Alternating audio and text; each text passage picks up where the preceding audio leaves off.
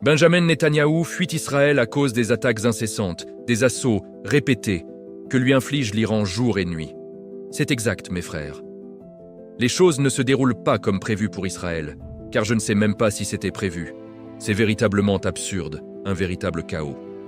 Mais c'est ainsi que les choses évoluent en Israël. À tel point, mes frères, que des foules descendent maintenant dans les rues pour protester contre Netanyahou. Si Donald Trump et les États-Unis envisageaient un changement de régime, il est en train de se produire, non seulement en Israël, mais aussi peut-être aux États-Unis. Car outre la promotion du 25e amendement, des millions de personnes ont également défilé lors de la journée sans roi. Les peuples d'Israël et des États-Unis sont contre cette guerre absurde et insensée. Pendant ce temps, Benjamin Netanyahou déclare « Il vaut mieux avoir fui que d'être resté ici », et on ne trouve plus aucune trace de lui. Sous les tirs incessants de roquettes du Hezbollah et de missiles iraniens, Netanyahou a abandonné de vastes portions du nord d'Israël. Le bombardement iranien de 24 heures a ravagé des villes du nord et plongé le gouvernement dans la panique quant à la riposte à adopter. Le port de Haïfa, vital pour les importations alimentaires, étant attaqué, ce sont les Israéliens ordinaires qui subissent les conséquences. Israël est désormais la cible principale des pressions américaines sur l'Iran, après que la menace de Trump a déclenché des représailles. Concrètement, les missiles iraniens frappent les infrastructures énergétiques, les ports et les voies ferrées à travers Israël.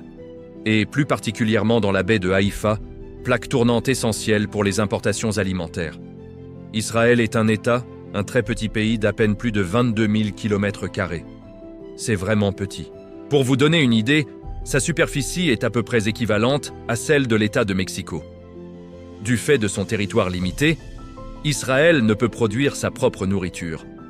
La plupart des Israéliens doivent donc l'importer. Avec les attaques contre le port de Haïfa, quelle sera la capacité d'Israël à absorber les dégâts avant que son économie ne s'effondre? Un haut gradé du commandement iranien a déclaré qu'Israël avait abandonné les colonies du Nord. Le commandant Maïr Moussavi a affirmé que le gouvernement israélien avait perdu le rapport de force.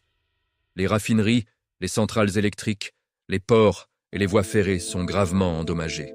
Tout cela a poussé les Israéliens à descendre dans la rue, car leur vie quotidienne en est affectée. Ils sont confrontés à une crise qui pourrait affecter leur approvisionnement alimentaire. Derrière moi, des dizaines de citoyens manifestent, rejetant la plus grande guerre jamais lancée par Israël contre l'Iran. En ce 36e jour, ils exigent la fin du carnage et affirment que seule la paix apportera la sécurité. Oubliez l'idée qu'ils doivent se réfugier dans des abris souterrains ou des parkings.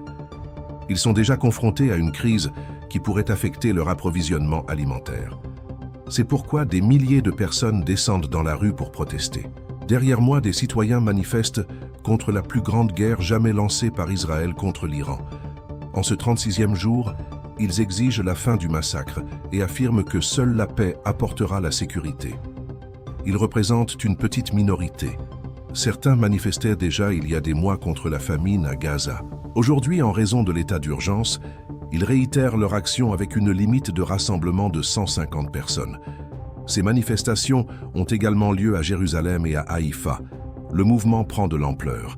Il semble qu'un changement de régime soit possible, car leur dirigeant est accusé de plusieurs crimes. Il fait face à des accusations de corruption, pots de vin, fraude et abus de confiance devant les tribunaux, mais aussi un mandat d'arrêt de la Cour pénale internationale pour crimes de guerre et crimes contre l'humanité, notamment l'utilisation de la faim comme arme lors de ces attaques contre la bande de Gaza. Maintenant que les Israéliens en subissent les conséquences directes, ils descendent dans la rue. Ils ne voient plus leurs dirigeants de la même façon. Ils ne l'acceptent plus aussi facilement. Maintenant que cela les touche eux-mêmes, les choses ont changé. Regarder une corrida depuis les gradins n'est pas pareil. Le 6 avril, l'Iran a annoncé le lancement de la 98e vague de l'opération Vraie Promesse. Le CGRI a affirmé avoir ciblé des sites militaro-industriels américains et israéliens au Moyen-Orient.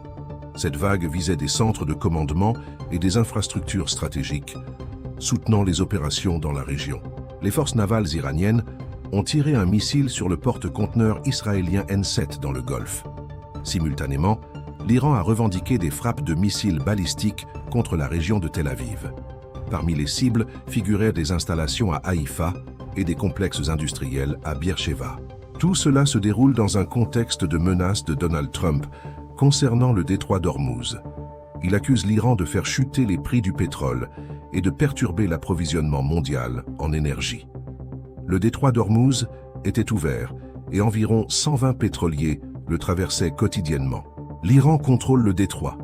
Les pétroliers passent tant qu'ils paient en yuan et non en dollars. Du pétrole est exporté vers la Russie, l'Inde et le Japon. L'Iran contrôle désormais cette zone stratégique. Donald Trump ne voit d'autre solution que les menaces et les bombardements. Il se vante d'avoir détruit des ponts majeurs qui reliaient Téhéran à d'autres villes.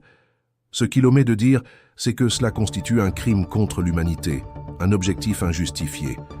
Souvenez-vous du scandale Clinton et Lewinsky qui a failli forcer un président à démissionner.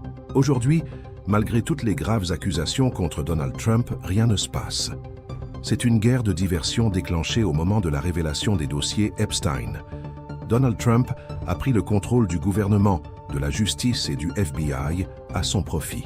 Il place des figures de proue à des postes de pouvoir, des figures qui ne servent à rien. Nous célébrons toutes les absurdités qu'il profère, mais la situation a dégénéré. Les États-Unis ont menacé de lancer une bombe nucléaire contre l'Iran si le détroit ne s'ouvre pas.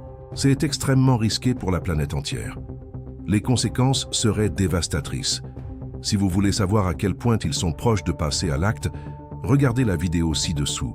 Suivez-nous sur AE1 pour rester informé. Mieux informé, meilleure décision.